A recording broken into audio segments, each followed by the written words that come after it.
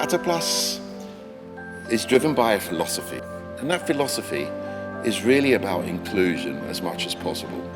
And that inclusion is not just making it accessible to everybody, but it's also about integrating the community or involving the community together so that they work in partnership in order to make it, if you like, their community, make the country a better place to live in.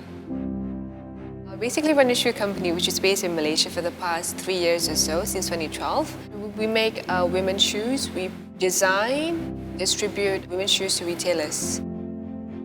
Coming from an engineering background sort of like helped me to sort of like seek for technologies a bit differently, either using recyclable materials or green energy stuff. It's always something different.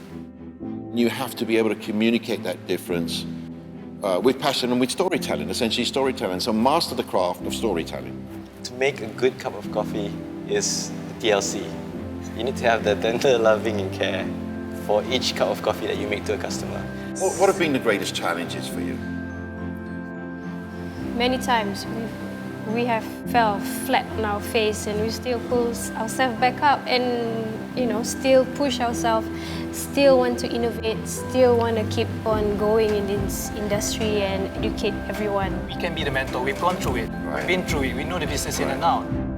I think if you're going to start a business, you've got to have some element of passion in it, some interest in it. It shouldn't be purely about making money, because that's really going to translate into how you do things.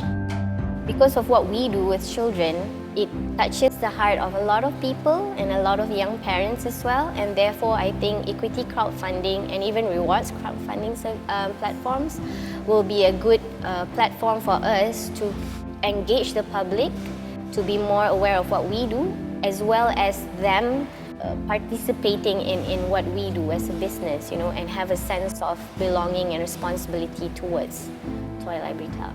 It's a challenge. It's always a challenge. Number one, getting funding, getting money, finding partners, the right kind of partners is extremely challenging. Of course, running a business is very challenging. I'm very glad to see that it's coming to Malaysia because we were looking for this kind of a setup before.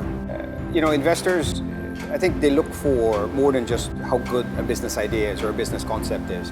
They look at the people behind it, of course. Originally, the reason why I got into this is because I'm a technologist at heart. It's difficult for a lot of startups to know where to turn, and I think crowdfunding is an absolutely vital third pillar to building the ecosystem of startups, businesses, and entrepreneurs here in Malaysia. Now, have any of you dealt with investors? No. Actually. Not at all. The way I see it, especially when you look at the local scene, it's just knowing how much talent there is. A lot of undiscovered talent. Yeah.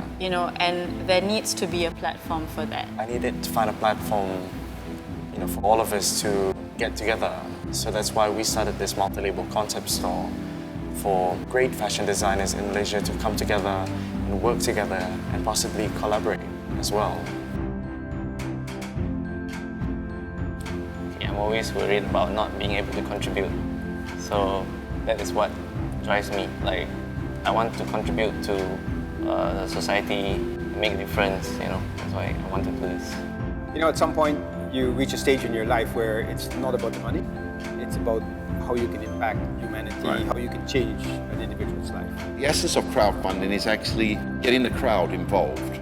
And I think that's very powerful. That's a very profound thing, that's a very powerful thing. I'd like to think that if we can do that, we will actually make a difference.